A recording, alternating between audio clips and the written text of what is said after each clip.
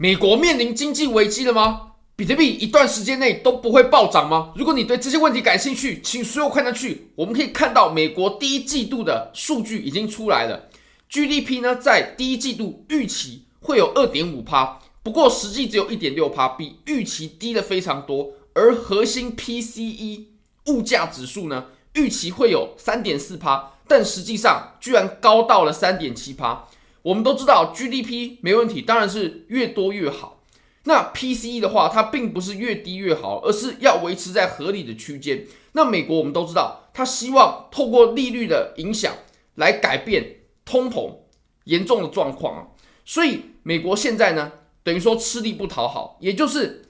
现在的物价呢依然在通膨，但是 GDP 却没有成长，这个是最差的情况。因为通常通膨严重的时候 ，GDP 都会有快速的增长啊，但现在通膨比预期的更严重，但 GDP 的增速居然不符预期，这是最差劲的状况啊。那么这种状况呢，在经济学上我们称之为停滞性通膨、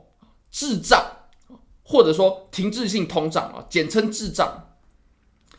那现在经济的危机呢，就会影响到美国利率的变化，因为我们都知道，其实比特币要能够有资金注入才有办法上涨。那如果美国没有放水的话，币圈没有资金注入就不会上涨。因为我们都知道，比特币现货 ETF 的资金流入呢，第一阶段已经宣告终结了，现在流入量几乎是微乎其微。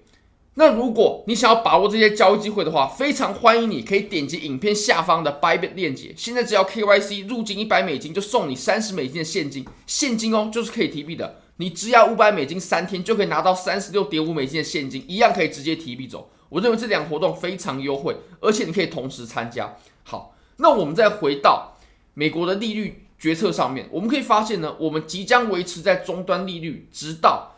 大约9月中，我们才有可能降息。那我们可以想想看啊，如果说降息的时间点延后，那么放水的时间点呢也会延后，就不会有活水，不会有资金去注入币圈。而且呢，利率延后啊，它不仅仅影响着放不放水，它还影响着货币的强弱。因为我们都知道啊，如果说美国的利率很高，那么其他地方利率很低的话，存在巨大的利差，那么就会有很多人啊，比如说我们拿日本举例好了，日本长期都是维持在极低的利率。那如果你是日本人，你肯定会想把你的日元去换成美元，然后在美国去做存款，这样你就可以拿到比较高的利率。那这种操作下来呢，就会导致美元走强，然后其他国家的货币走弱。我们可以发现呢，如果我们随便挑几个亚洲的货币都是这个样子的。我们现在看一下最夸张的日元，我们可以发现呢，现在日元呢已经跌到了深不见底的地步了。其实日元它下跌的有多么夸张呢？或许大家还没有意识到啊，但如果你有去日本玩的话，我相信你就可以感知得出来啊。在过往呢，日元对台币大概是1:3、1:4，但现在居然到了1:5啊，也就是100块的日币呢，你用20块台币你就换得到，大概20块左右啊。那其实我们可以稍微看一下历史啊，其实日元就从来没有在那么低点过，上次在这么低点要回溯到1990年代，甚至到1980年代的末期了。所以我们现在日元的低点呢，可说是几十年来的首次。那当然呢，其实很多人会把目光呢聚集在日元、日币上，但其实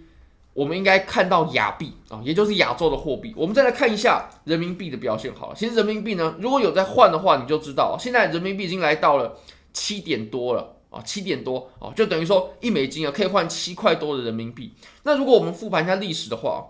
上次在这么低的位置啊，当然了，我们现在就在附近的低点徘徊，就是近期的低点，这个没问题啊。那上次要到这么低啊，要直接回溯到2008年啊，那这也是非常非常久的一段时间，也是10几年了。那我们最后再来看一下台币啊，台币的话，我相信如果最近呢有把 U 换成台币的朋友，一定可以很深刻的发现，最近的汇率非常非常好啊，最近大概是$1啊，就可以换到32点多、33的台币，那这就是美元走强的表现哦。上次要来到这种价位也要回溯到2016年左右了。那我们都知道，如果美国不降息、不放水，没有资金泛滥的话，我们就必须依靠 ETF 的流入，比特币才能涨。不过我们可以发现呢 ，ETF 流入的情况啊，可说每况愈下。你可以发现最近的流入量呢，它是在稳定的递减，然后流出呢，反而是蛮稳定的。也就是我们之前比特币的上涨呢，是完全依靠比特币现货 ETF 的流入，那现在已经没有流入了，所以比特币它就非常难以上涨。所以你可以发现哦，我们真的需要新的叙事，也就是第一个，美国有没有降息放水？没有。第二个，比特币现货 ETF 有没有持续的流入？也没有。如果这两点都没有的情况下，比特币就真的非常难以上涨了。不过我们都知道，就在今天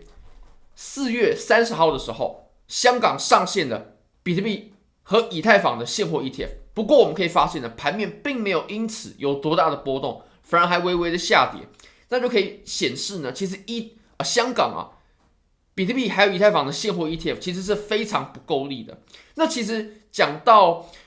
香港的比特币、以太坊现货 ETF 呢，就不得不提两个重点了。第一个就是，其实香港跟美国的比特币现货 ETF 是完全不一样的。像美国的话呢，你只要有看到资金有流入有增加，它就真的是买盘力道。但香港的比特币现货 ETF 可不一样哦。香港的话是你可以直接以实物然后来购买的，也就是你可以直接拿比特币去购买。